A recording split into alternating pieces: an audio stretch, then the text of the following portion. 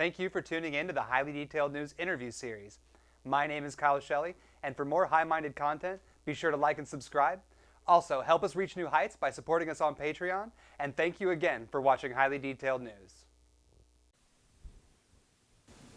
Welcome everybody to a very special first edition of our interview series here. We have a guest today. His name is Tom Barry. He is a very old and dear friend of mine. He hosts a progressive news channel on YouTube, and he has a lot of very incredible information. Tom and I have been talking politics and weed for over a decade now, and he is one of the most valued opinions I really have in both the spaces. How are you doing today, Tom? I'm doing pretty good, man. I'm happy to be here. That's good. You ready to smoke this joint? I hope so. I don't really know. I hope so too. I'm a little scared, man, to be honest. It is, I think, the first time we smoked a joint together on camera, if I remember that. There have been 1 or 2 or 1,000 occasions where I have smoked weed with you, but never in front of a camera like this before. So this is interesting to me. It is pretty rare. I did actually grab us an amazing horchata pre-roll from Brotherly Love, and so I'm excited to share it with someone I would consider a brother. Thank you, man. Appreciate that. No, absolutely. How does it taste for you? That's really nice, man. Was that a Sativa? It's indica. You're going to pass out, but that's fine. I'm fucked. You are. I know, but it tastes better. So let's talk about politics, about... God, going on 12 years ago at least now, we first talked about, I believe, single-payer healthcare coverage in the United States as versus to the other alternative models that are clearly failing us as we've pursued them to an nth degree. Is that how we met? I kind of vaguely remember being just drunk and ranting about how people should just stop dying because they don't have healthcare years ago. I mean, it would be incredibly beneficial. I think one of the things we talked about specifically was...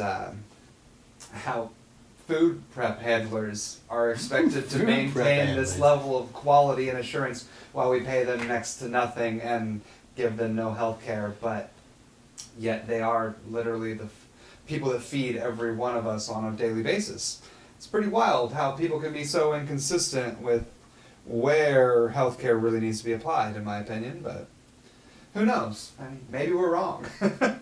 Well, if you want to jump right into it, I mean, Medicare for all and healthcare coverage is kind of a near and dear issue to me. I actually think it's almost criminal that we are one of the only developed countries in the entire world that lets 30,000 Americans just fucking die every year because we don't want them to have healthcare. Like, we take the poorest group of all the Americans and we line them up and we say... all 30,000 of you every year, you're fucked. I hope you die. And that's a wild thing to me. And I've come around in terms of policy and all these things, so many things over the years. But over the last 5 years or so, we've really coalesced around Medicare for all. And it is, I believe, one of the most important political choices and things that we can push for in our modern society right now. Because... the number one cause of homelessness in the United States is medical bills. We have 500,000 people living on the streets right now, eating out of fucking garbage because most of them ended up there because they had jobs and couldn't afford their medical bills. And to me, that is outrageous and a complete disgrace on us as a country. It is absolutely appalling. We're both here in Los Angeles, and the 10 villages are not only upsetting, but completely uncalled for. We've voted to raise our taxes the past 2 years consistently, I guess before this year. And we've seen almost no change, if not worsening issues. It's incredibly saddening just to know what is going on and how many people are truly profiting off of this horrific situation. For me, the tax issue is a misnomer because honestly, the truth is we can't afford not to do Medicare for all. I mean, healthcare costs are set to double and triple over the coming decades, and we are already tens of trillions of dollars in debt, mostly from war and healthcare costs, and there is no way that we can afford as a country a doubling and tripling of healthcare costs for the minor amount of Americans that are actually able to get care in this country. One thing that I really like to think about is Forbes put out this study that 63% of Americans do not have $400 saved.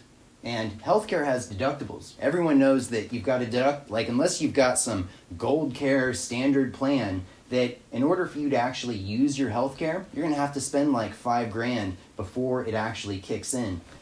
If almost 2/3 of the people in the United States do not have $400 in their savings account, how the fuck are those 2/3 of people, even if they have health insurance, supposed to actually get care if getting care is going to bankrupt them and Right. put them on the street?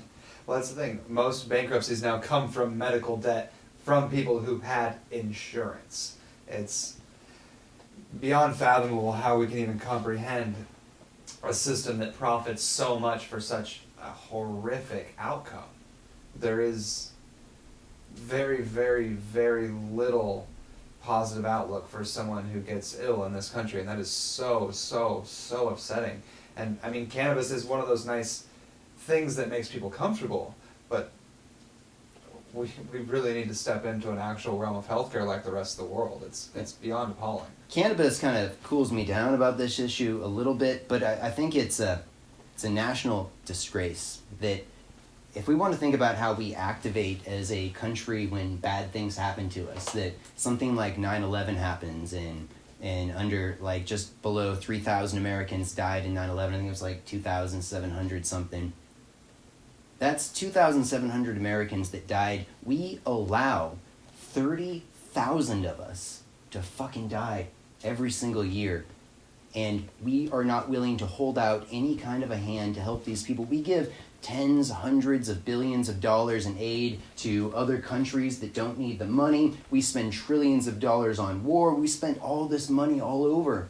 But we are not willing to save the lives of the poorest Americans in this country, and we just let 30,000 die every single year. That is an abomination to me, and it hurts me on a personal level to think that we are all responsible for the deaths of 30,000 people every year because we won't help them. Well, no, you're exactly right. You're talking the veteran death rates alone, if you add that with suicide, are just astronomical. America is Yes.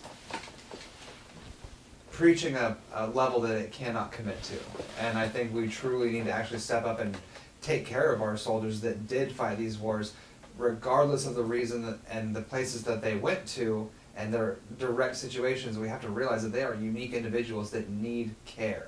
And you can't blanket lump them into this group.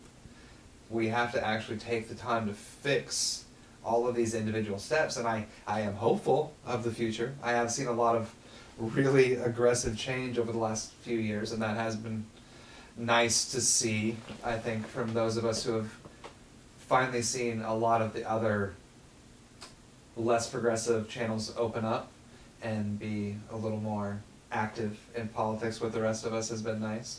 But I'm glad you talked about military suicides there for a second, because this is another thing that is just completely outrageous to me for where we are as a country. We spend trillions of dollars every year building military bases around the world, killing people all over the world. Like we have drone strikes where we consider anyone that dies that's an adult as an enemy combatant. Like, oh, you killed a teacher, good for you, enemy combatant, good death. Now, and what we do to our soldiers, we have people that some of their only way out of poverty and to get an education in this country is to serve their country, which is a great sentiment. And the fact that people are willing to risk their life for me and for my fellow Americans to serve this country and to fight for us is an amazing sentiment, because those people are willing to die for us and the rights that we take for granted. no, that's absolutely it. And I think, like you mentioned, you have to represent and make sure that we are actively representing ourselves as citizens and putting a government that actually is not putting them in unnecessary danger. And that is one of the biggest things that frustrates me. We are failing our military members right now, failing them. The people that are willing to put their lives on the line for us. Did you know that there are 22 military veteran suicides every day in the United States? I knew it that was not one, not two.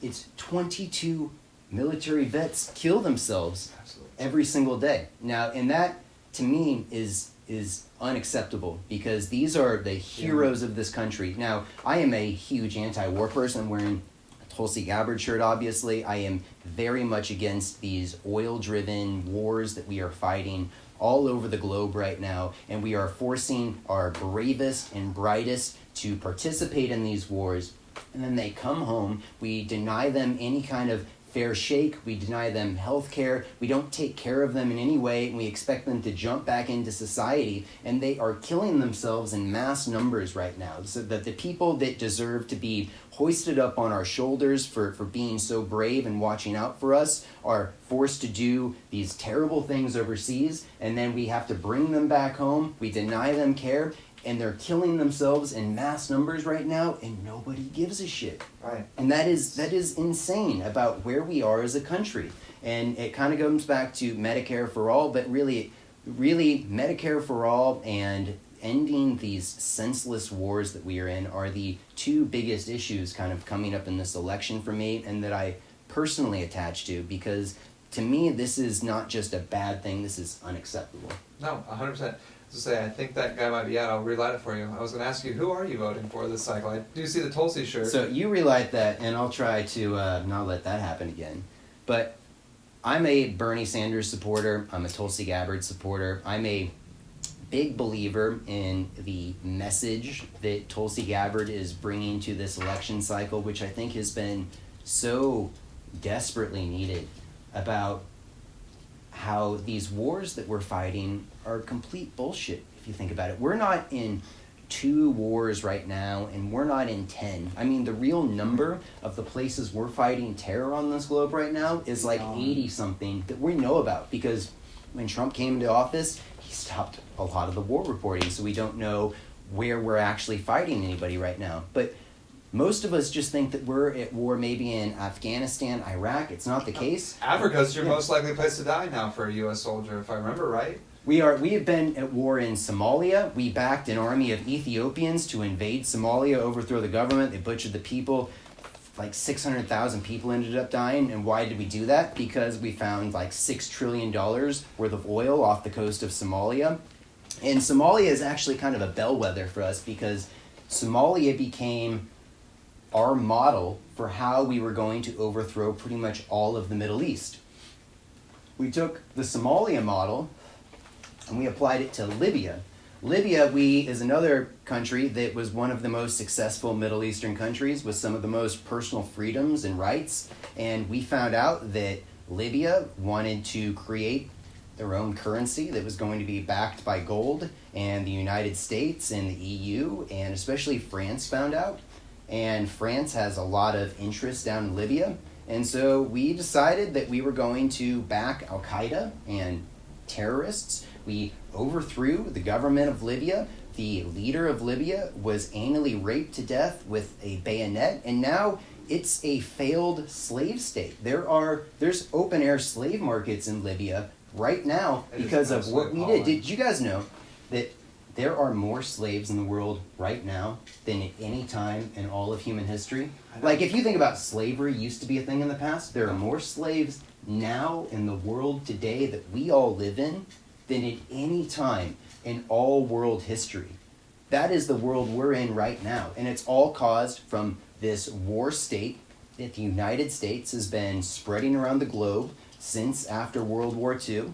And I'm saying all of this as someone that is a big supporter of our military. I would just like to see our military actually used for peacekeeping. Effective function. Wouldn't it be a wonderful thing if, like, the United States military, instead of being feared for all of the terrible atrocities we're about to commit in these countries to steal their resources, if we were cheered as we came in because we were peacekeepers that were coming in to help the people and to rebuild structures in the country. Yes. Like, we've spent like about $7 trillion on just our wars.